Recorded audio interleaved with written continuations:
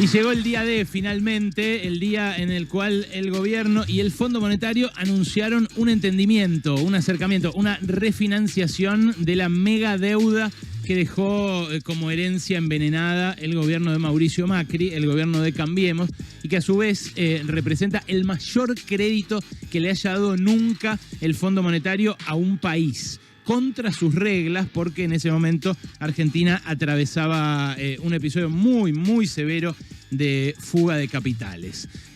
Hay en esta decisión final, decisión política que toma el gobierno, algo de impotencia, porque la toma acorralado por circunstancias que le fueron... le vinieron como un dato contextual, así le llegó al país porque así asumió, pero también circunstancias que construyó o que pudo haber construido distinto a lo largo de estos 2 primeros años de gobierno. Para haber construido un camino distinto hacían falta agallas y hacía falta imaginación política, audacia, hacía falta pensar en un camino verdaderamente alternativo.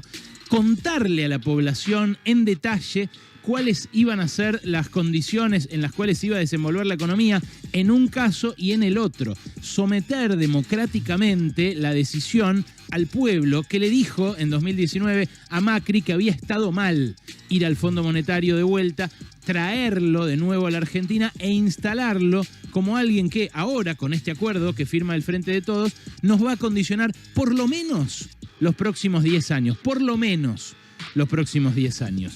Sí condiciona el acuerdo con el Fondo Monetario los planes que haga el gobierno. Sí limita la recuperación, a diferencia de lo que dijo Martín Guzmán y a diferencia de lo que dijo esta mañana Alberto Fernández. Sí restringe las posibilidades que tiene el propio gobierno de empujar una recuperación económica mejor distribuida. Porque es cierto que la economía creció el 10% el año pasado, en 2001, pero ¿vos la viste? ¿Vos la viste? ¿A vos te llegó? Estamos de vuelta como antes de la pandemia, todavía no recuperamos todo lo que caímos con Macri, pero estamos mucho más injustamente distribuidos en términos de ingreso y de riqueza que antes de la pandemia. Y este acuerdo no va a mejorar esa situación. Este acuerdo compromete un sensible ajuste fiscal desde este año, no desde el año que viene, desde este año, y lo hace después de 4 años de ajuste salarial.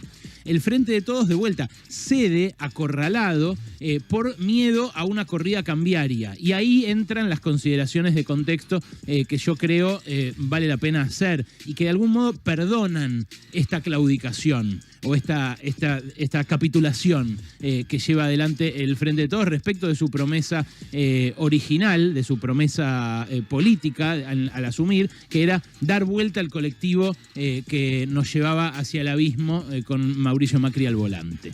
Bueno, el ajuste desde este año se ve claramente en la proyección que está en el acuerdo, que contó Martín Guzmán, está en el acuerdo de déficit fiscal para este año. El acuerdo establece un déficit fiscal primario, o sea, antes del pago de deuda, del 2,5% del PBI. Respecto de un 3% que tuvo Argentina el año pasado, pero para llegar a ese 3%, con los gastos que exigió comprar las vacunas, remozar toda la infraestructura hospitalaria, todo el gasto pandemia, tuvo el 3% porque el año pasado se cobró el aporte de las grandes fortunas, que fue casi 1 punto del PBI. Si no, el déficit habría sido 4%. Entonces, pasar de 4 a 2,5 es, afectar mucho el impulso que le da el Estado a la economía. Lo que dice el gobierno es que en las partidas sociales no se va a gastar menos, se va a gastar más, y que el déficit se va a recortar porque la economía va a crecer y porque la recaudación también va a crecer. Ahora, esto no implica que no vaya a haber un ajuste, porque justamente venimos de muchos años en los cuales esos ingresos se vienen recortando. Los ingresos de los jubilados, los ingresos de los empleados públicos, los ingresos de los empleados cuyo sueldo depende de que la economía se mueva más. Lo segundo, para decir, es que el fondo mismo exige, apenas firmado esto, un tarifazo muy fuerte para que se recorten los subsidios a la energía como el Fondo Monetario dice que hace falta hacer y como el gobierno acepta que hace falta hacer, hay que aumentar las tarifas un 180% en términos reales. O sea que durante varios años va a haber que aumentar las tarifas, lo que pagás de factura, por lo menos al doble.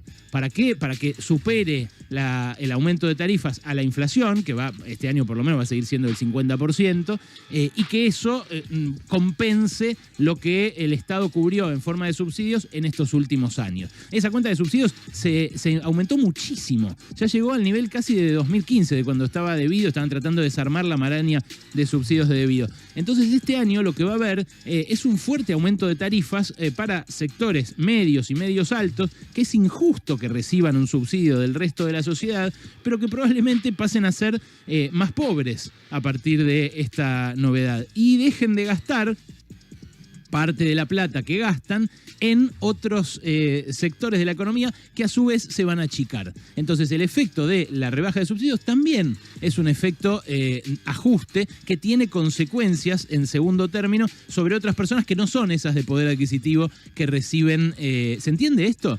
No son los que reciben subsidios y que es injusto que los reciban. Ese que tiene el subsidio para calentar la pileta, como se dice habitualmente en la caricatura, porque a veces pasa eso, que son subsidiados quienes entibian una piscina, bueno, ese va a tener menos plata y va a gastar menos y el jardinero no va a ir tanto y el piletero no va a ir tanto y parte del gasto que moviliza aguas abajo de la economía no se va a hacer. Lo otro es que hay un severo torniquete monetario. Este acuerdo establece pasar del financiamiento monetario del 3,7% del PBI al 1% este año. Entonces va a haber un brutal recorte de la emisión. No tanto como el de Duhovne y Caputo, por supuesto, porque ellos comprometieron déficit cero, emisión cero y aspiradora full desde el primer año. Pero acá el sendero de recorte del financiamiento vía emisión es muy pronunciado. Y ahí ustedes me dirán, bueno, pero eso genera inflación. Sí, genera inflación el abuso del financiamiento monetario. También genera inflación la suba del dólar, que habitualmente viene asociada a los acuerdos con el Fondo Monetario. Esta vez dice Martín Guzmán que no incluye una devaluación el acuerdo y bueno, enhorabuena que no lo incluya porque ya estamos mega devaluados, regalados en dólares y después de, como les dije, 4 años de devaluación salarial. Entonces, acá la cuestión es que el fondo no pide una devaluación adicional. Ya hubo una devaluación en el pasado que nos afectó muchísimo en nuestro poder adquisitivo. Hay algo que sí tiene de bueno este acuerdo, que es que se va a discutir en el Congreso. Es casi lo único que tiene de bueno, porque el de 2018, el de Duhovne y Lagarde, se definió en la casa de Duhovne.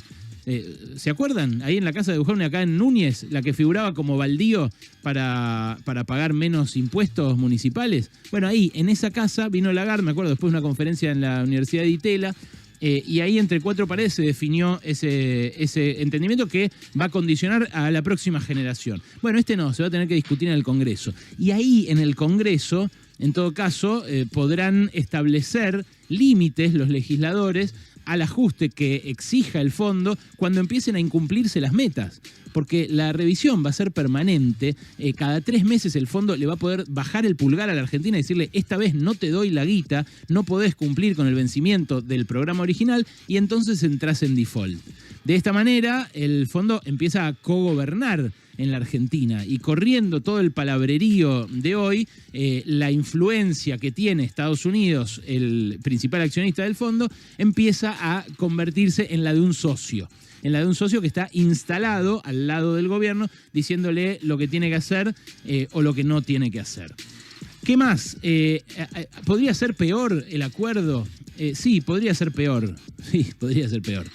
La verdad que tengo que ser honesto intelectualmente porque yo estudié el caso de Grecia. los acuerdos que firmaba Grecia eran peores. Incluían reformas laborales, eliminación de determinados derechos de los trabajadores, privatización de empresas públicas, como le pasó a la Olympic Airways de Grecia, la reforma previsional, o sea, el recorte directamente de los haberes jubilatorios, y el gobierno destaca que no incluye esto.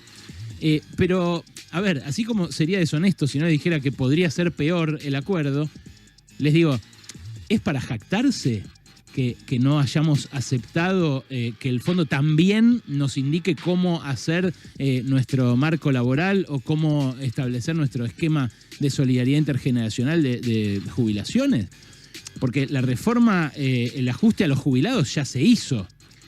Lo empezó a hacer Macri con aquella estafa, aquel hurto de un trimestre en 2017. ¿Te acordás cuando cambió la fórmula? Que se olvidó de la actualización de un trimestre. Entonces ahí ya le metió un guadañazo tremendo a las jubilaciones. Y después lo completó Alberto Fernández. Apenas asumió con Guzmán cuando sacó la ley de solidaridad fiscal y previsional, desenganchó las jubilaciones de la inflación. Entonces después compensó con algún bono cuando se quedaban muy atrás. Pero la verdad es que los jubilados también están mega devaluados, mega ajustados.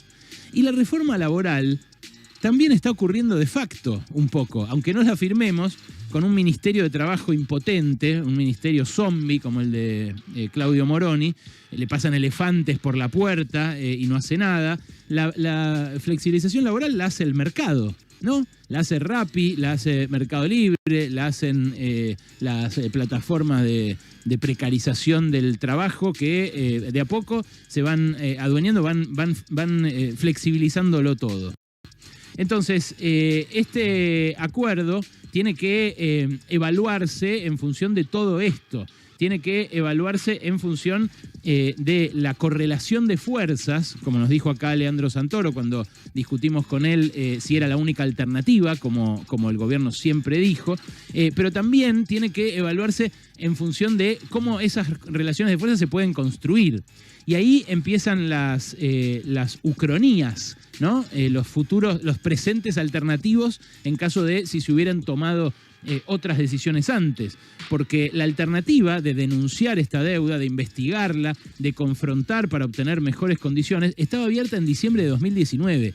Y yo no estoy haciendo acá un planteo trasnochado o setentista o pinosolanista, como me acusan algunos. Yo estoy muy orgulloso de haber sido contemporáneo de Pino Solana.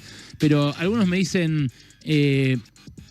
no se puede estudiar, no se puede discutir la legitimidad de una deuda. Bueno, en este caso no es que se la discute porque el capitalismo es injusto o porque los intereses compuestos o el interés del 4% es excesivo. No, se la puede discutir porque fue en contra de los estatutos del propio fondo. Y se la puede discutir porque los actos administrativos que acá solventaron y respaldaron la deuda también fueron ilegales.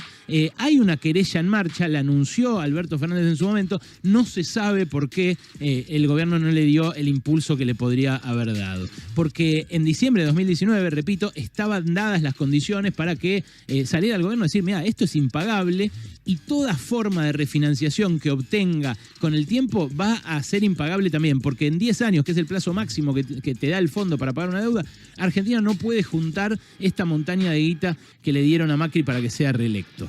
Y ahí empieza a ser difícil de entender que no hayan mencionado un poco más al expresidente hoy, ¿no? El presidente Alberto Fernández dijo, la historia va a juzgar quién trajo el problema y quién trajo la solución, pero no lo nombró a Macri, lo dejó ahí flotando como si todos estuvieran pensando, a ver, ¿a quién alude a Macri? Bueno, la verdad es que no está juzgando la historia, eso, o por lo menos no lo está juzgando correctamente, porque en la encuesta que les conté esta semana, la mayoría de la gente ya cree que la mayor parte de la deuda la tomó este gobierno y no el anterior. Entonces sí hacía falta hablar, discutir políticamente sobre quién nos puso esta bota encima de la cabeza. Ahora va a discutirse en el Congreso, pero bueno, vamos a ver qué pasa en el Congreso. Hay muy pocas voces, solo algunas voces en la izquierda, en el frente de izquierda concretamente, que seguramente se van a alzar ahí en el Congreso para hablar de esta cuestión importante, del carácter político que tiene el Fondo Monetario y y la intervención del Fondo Monetario sobre Argentina. Porque es eso el fondo. No son todos los países del mundo unidos en armonía, como sugirió hoy el ministro Guzmán. El Fondo Monetario es una herramienta, un ariete político de Estados Unidos para mantener a todos los demás países por debajo suyo y bajo su égida, y especialmente a los países de América, que por eso tantos países de América Latina tuvieron ya problemas como nosotros en 23 oportunidades con el Fondo Monetario. Entonces, cuando dicen que no condiciona ni limita, mienten, porque el presupuesto de este año decía que iba a haber un 3,3% de déficit primario y ahora el fondo exige 2,5%. Entonces, ese 0,8% que bien le marcaba Ale Rebocio al ministro en la conferencia, de algún lugar va a tener que salir. No es que con el crecimiento y con lo que aumentó la recaudación ya hay un punto del PBI más y entonces no va a haber que recortar gastos. Van a recortar gastos. Van a poder aumentarles los impuestos a los ricos como hay que hacer para que esta crisis se reparta su costo algo más equitativamente que lo que pasó durante la pandemia. Es difícil, porque el Fondo Monetario ahora empieza a tener opinión y poder de veto sobre todo. Fíjate, insisto, como en el comunicado hoy, a pocos minutos del anuncio del acuerdo, ya están diciendo que es importante reducir el déficit y hacerlo específicamente en el área energética, o sea, bajando los subsidios, subiendo tarifas. El acuerdo nos va a condicionar, entonces, el acuerdo es cierto, podría ser peor, y el acuerdo también se podría haber alcanzado antes, porque así como estaba abierta la posibilidad de confrontar duramente en 2019, si la idea todo el tiempo fue acordar, y si la idea fue todo el tiempo ceder acorralados ante la presión de los mercados, ante la extorsión política de los poderes geopolíticos más importantes del mundo y del hemisferio, bueno, entonces se podía hacer antes. Lo podían hacer en 2020, después de renegociar la deuda y entonces ahorrarse los casi 7.000 millones de dólares que le pagamos al fondo entre 2020 y 2021. Ahora, sobre la hora, el fondo se impone. ¿Y por qué se impone? Porque el presidente del Banco Central hizo sonar la alarma de incendios y dijo, no nos alcanza más la guita. El vencimiento de hoy, si se pagaba sin el anuncio de un acuerdo adosado, iba a hacer que el Central navegara todo febrero acogotado por las manos de la Citi, que le iban a hacer subir el blue hasta cualquier lado y que le iban a hacer subir quizás también el dólar oficial, que es más preocupante porque eso genera inflación. Ahora, no había alternativa y bueno, ahora, dadas estas circunstancias, dada la demora y dada la falta de agallas que hubo antes, es cierto, la alternativa era peor. Podía haber una corrida, podía lastimarse más todavía el poder adquisitivo de los laburantes, pero esa alternativa se pudo haber construido antes, con otro camino, con otro sendero, con otras alianzas y sí, por supuesto, con otras decisiones.